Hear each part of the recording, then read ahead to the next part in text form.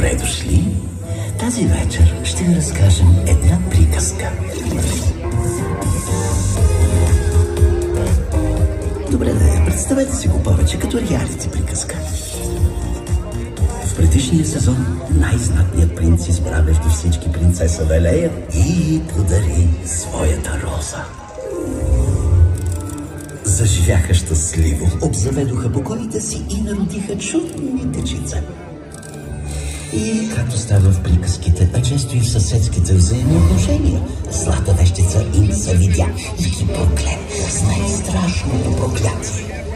Майсторът ти влезе в къщата. Спукаха се тръбите на замъка и младото семейство бе принудено да се командирова на вилата с цялата рода, само докато трае ремонтът. Тоест, завинаги.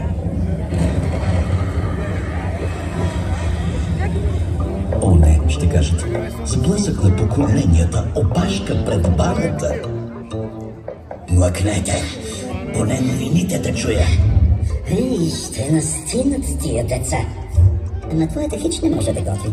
Никой да не ми влиза в стаята. И прочие, и прочие. Но, окрилена от любов, принцесата бе твърдо решена да въдвори мир и разбирателство в къщата.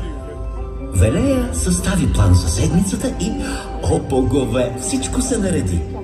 Ще скролнем набързо, че обхвата на вниманието вече ви е къс.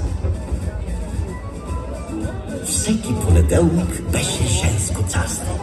Дамите изговаряха по 30 000 думи, а джентълмените с удоволствие изслушваха всяка една от тях. А после всички дружно на шопинг в царския мол. Вторник стана мъжки ден. Барбекю, тунинг на кралските каляски, спорт, а дамите се прехласваха по игра на мълчаника.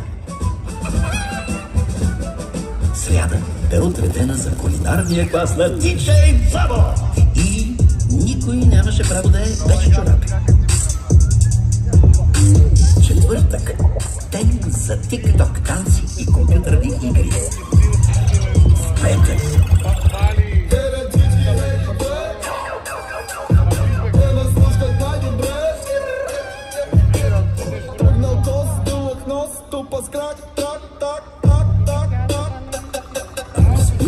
всички вариха ряпа и си почиваха в семейна игрия.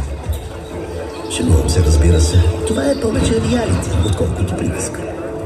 Едва ми изчакаха да завърши ремонта на замъка, за да загърбят градите.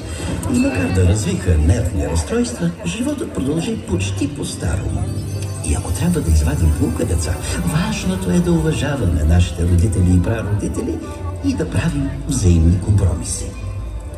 И никога не казвайте на баба, че мислите да ставате вегани. Баба е възрастна, може да й стане нещо. Семейството е най-важно. Нека се обичаме и си помагаме.